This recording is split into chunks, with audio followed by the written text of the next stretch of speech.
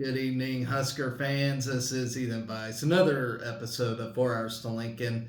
Gonna quickly go over that atrocity, that terrible baseball loss yesterday. High scoring game against those damn Blue Chickens at KU. Ugh, that game sucked. Okay, and then the men's golf at the Calusa Cup, got the results there. Not looking good in golf at all. And then a few items to add. So if you would, please hit that subscribe button if you like this show. Give me a like, send me a comment, anything uh, to keep this puppy rolling. Anyways, let's talk about yesterday. Let's start with the men's golf at the Calusa Cup real quick. Will Marshall and Hamish Murray put together strong final rounds to lead the Nebraska men's golf team at the Calusa Cup, hosted by Iowa, of all places. All right. Marshall, a fifth-year senior from Elburn, Illinois, finished a 54-hole event with Nebraska's top individual score at 226, including a final round 75 on the par 72, 7,320-yard layout at the Calusa Pines Golf Club. Marshall took 29th in a 42 golfer field. Murray, a junior from Sydney, Australia, closed with Nebraska's best round of the day with a 72 to finish just one shot back of Marshall at 227 and 30th. Harry Crockett and Evan Myers completed the final round, team scoring for the Huskers with matching rounds of 78. Crockett took 33rd at 229, while Myers finished 42nd at 239 for the tournament. All right, then you got senior Gentry Sheave. He completed the Husker contingent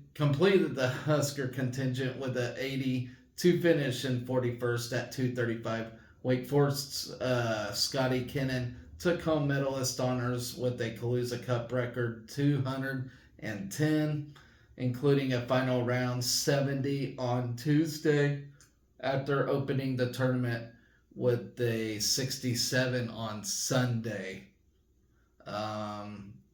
Nebraska added a final round 303 to end the tournament in 8th place at 912.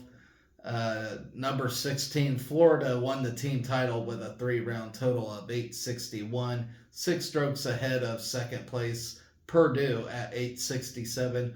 Wake Forest finished third at 869, while number 15, Georgia Tech, and number 20, Georgia, round out the top 5 in the team standings. The Huskers do return to action later this week at the Hawkeye Invitational at Finkbine Golf Course in Iowa City. Then that is from April 13th through the 14th, so stay tuned for that. All right. And I do believe that is their last golf outing until the Big Ten Championships. Moving on to baseball. I don't like talking about a loss, especially to Kansas. That's embarrassing. I hate losing to Kansas. Worst thing ever. The good news is we do have a chance on my birthday to avenge that loss, and hopefully we do, or else it'll be a shitty birthday on my end. All right, let's talk about it. Despite overcoming an early 4-run deficit, the Huskers rally came short in a wild back-and-forth affair as Nebraska fell 13-11 to KU. And oh man, wasn't that a baseball or a football score or what? That was insane. All right, we now fall to 22-8 on the season. Still not a bad record, but we now have back-to-back losses. Our first back-to-back losses this year so far, and I'm a little worried. Will Bolt got tossed out of the game after, he really shouldn't have got all worked up about the call, about first base, checking the swing, because our guy did, swing around, and I don't know why he got all fired up about it. I mean, maybe the ump should have checked, but we went around, and that's all there is to it. Uh, we scored 11 runs on 12 hits with 2 errors, while KU totaled 13 runs on 13 hits and an error. Uh, Ty Horn started for the Big Red. Excuse me.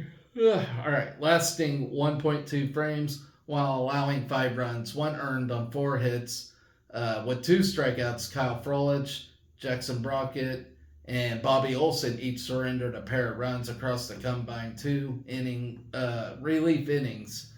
Evan Boers tossed a scoreless 5th inning, and we should have kept him in. I don't know. I don't know what this whole pitcher rotate. We rotate a pitcher every inning in a midweek game. I don't know if we really care about midweek games. I get you want to win your conference and you know want to win big. I get that. I totally do.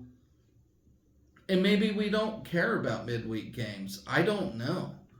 I would think you would, but I mean maybe you're just saving everything up for the weekend.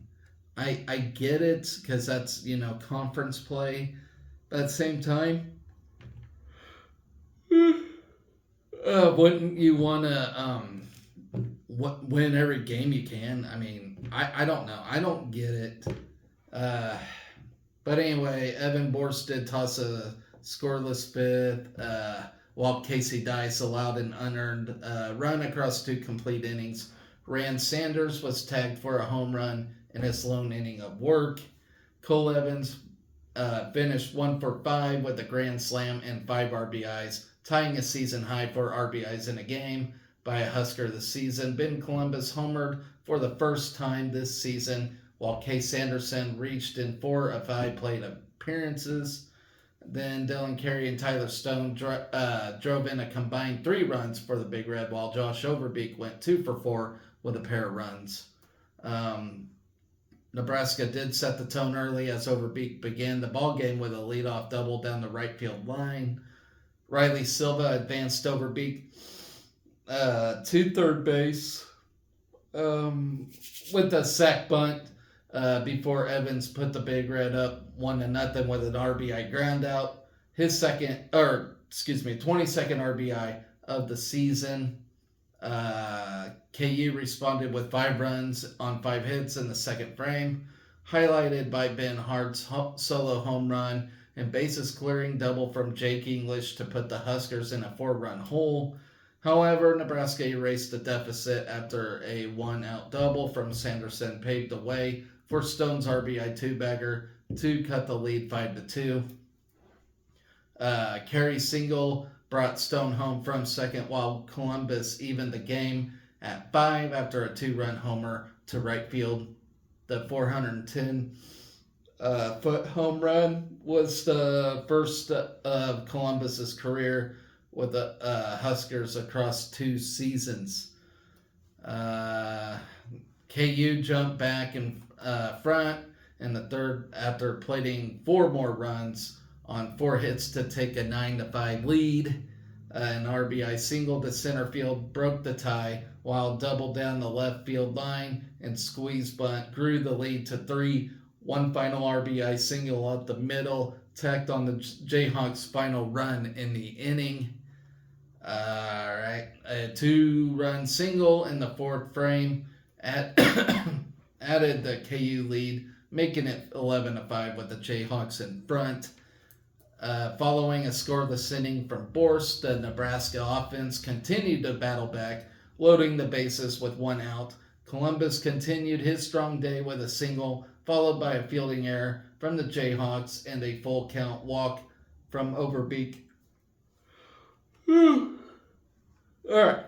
After striking out looking earlier in second inning with the bases loaded, Silva drew a walk to bring home a run and trim the deficit to 5.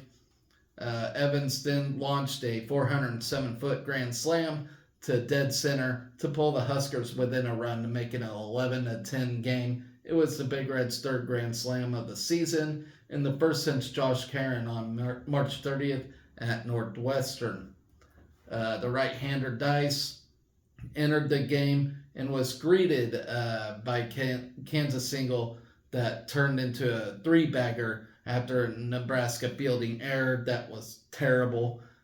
Collier Cranford's sac fly extended the lead back to 2 before a strikeout ending the inning. KU added another insurance run in the bottom of the 8th, driving a 2-2 pitch from Sanders over the right wall to make a 3-run game entering the 9th.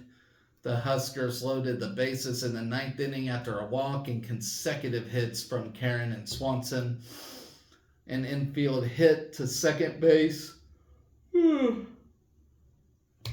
from Carey drew Nebraska within 2 before a hard-hit double play ball ended the game.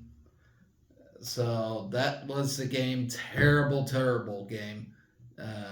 Despite the high-scoring action, I don't think you can get any more exciting than a high-scoring game. But it was just sloppy all around. The fielding errors, it just wasn't good. And here in 2 weeks we got KU at home. Hopefully we avenge that loss and move on from that. But my question is, what is up with these midweek games? And is it the pitching rotation? It seems like we just rotate pitchers in these midweek games, and just I don't know. I mean, 'cause you don't really give a guy a chance to stay hot. He may throw 3 outs, and then we're in with another one. I'm kind of baffled. Do we not care about these midweek non-conference games or what? I would think you would just want to win every game you're playing, and we got great pitchers. Some we don't, and I get wanting to give another guy some time or whatever, but I don't know. With the Big Ten conference, not a strong conference. They're talking only like 2, maybe 3 teams will even get in at a regional this year. So you really got to hope you win it, which I believe we will. But you also kind of got to take care of these non-con games, the tough ones, and even the KUs. We lost to a shitty KU team, that's just looking to be in the hunt for a regional, and we just recently got ranked. I don't get it. I'm baffled. You got to win these games. I know there's 52 games and you're going to lose some. I get that. But at the same time, you got to want to win every game you're in. So I don't know. I don't get Bolt's philosophy. And if he doesn't want to care about winning or whatever, then why would he run out and jaw at the umpire after one of our players, swing all the way around pretty much, but he got mad because the ump didn't check with the first base umpire about it. I don't know. I'm really puzzled by the whole thing. These midweek games are awful. Weekend games are great. I think we only lost 1 weekend game all year. Maybe more, but not very many. But I don't know. I'm very puzzled by all of it. But what was I gonna say? We only got 6 weeks left, and we're looking really good Big Ten wise. I didn't really look at the standings, but I know we're still up there. But anyway, we do travel to Piscataway, New Jersey for a 3-game conference series this weekend with Rutgers. So from April 12th through the 14th, we got Rutgers.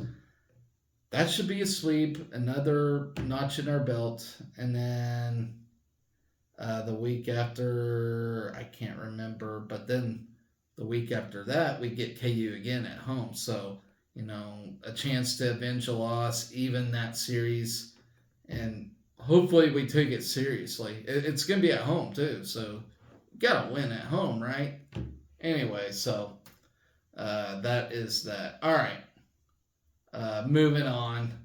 Uh, I just got one bit of little news here. Two Husker Bowlers selected to the all regional team. So you got Jillian Martin, who was named second team All Central region, while Brianna Hartzler earned first team All Rookie honors. So congratulations to them both. Martin garnered a second team All Central region selection for the first time in her career.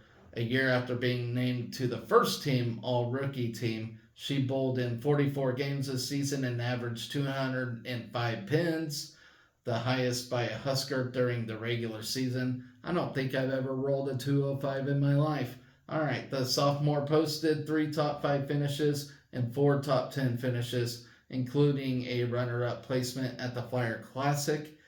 Martin averaged 200 plus pins in 6 of the 9 tournaments and rolled a season high of 269 at the Prairie View A&M Invite. So that's really good stuff. Hartzler is honored for the first time in her career with a first team all rookie selection in the Central region.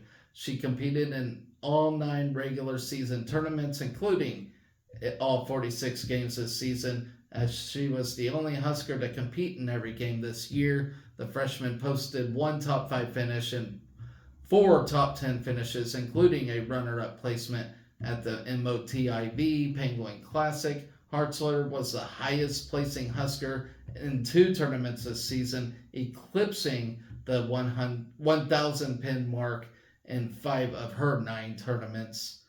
All right, there are 2 all-region teams. There's Northeast and then there's Central, which select 15 student athletes per region. Each team includes 5 first team honorees, 5 second team selections, and 5 honorable mention picks. Each all rookie team includes 5 first team honorees and 5 second team selections. So congratulations to them both. They well earned for them too. All right, moving on now. Previewing track and field, as they actually have a meet tomorrow at the Brian Clay Invitational. So let's talk about that real quick. Running events start at Cougar Athletic Stadium tomorrow at 6:45 p.m., while picking back up Friday at 9 a.m. and Saturday at 9:30 a.m. All right, some quick notes actually for track and field before I sign off of here. So, women's track and field is ranked number 4 in the country in the latest rankings. So they moved up 7 spots in the USTFCCCA Week 3 women's rankings, coming in at 4th. That marks the highest team ranking for the women's program since being number 4 in the 2006 final poll. So that's really awesome. The Nebraska women have posted 8 marks inside the top 20 nationally, while adding 9 Nebraska all-time marks. Then you have Rima Odabor, who threw an NCAA leading 191-10 in her javelin season debut last season, while Murta Kolizik is ranked 12th and Emma Casade is at 13th in the event. Adding to the throw success, reigning national champion Axelina Johansson has the second best shot put mark of the season with the 60-11 and a quarter. Mine de Klerk is 10th in the shot put, and Halevi Carlson is 18th in the hammer throw.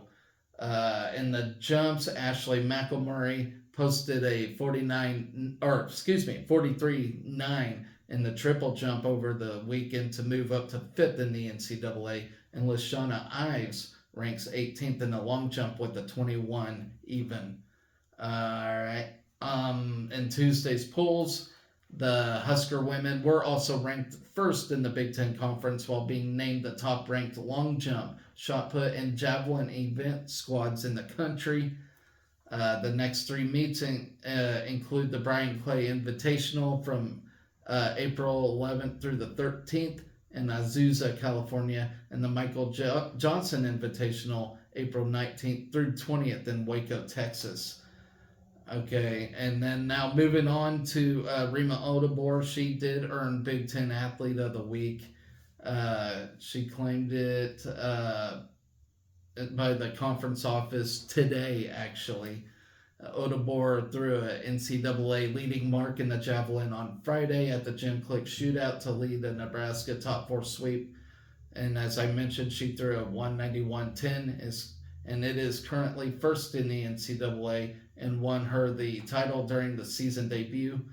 The senior from she's from Nassau, Bahamas, she is the reigning NCAA champion, as y'all remember, and Big Ten champion in the javelin, while she also holds the number 2 mark in school history. All right, so I do fully expect her to win it all again this year. She's really good. This is Nebraska's first conference weekly award during the outdoor season, but it's 6th overall during 2024. The last time a Husker woman won a Big Ten weekly award was when Odobor brought in the same honor last year on April 26th. The next meets for the Husker include the Brian Clay Invitational and Michael Johnson Invitational, as I actually just had a dirt moment because I realized I already mentioned that. So, all right. So there is that, folks. Tomorrow, I'm going to preview all of Friday / Saturday's events. Well, and possibly Sunday if I get info on men's golf. But yeah, I'm going to at least preview Friday tomorrow. So be here for that. Anyways, I'm going to sign off of here and take care of some stuff. So I will see you all tomorrow. Always remember to be excellent to each other. Go Big Red.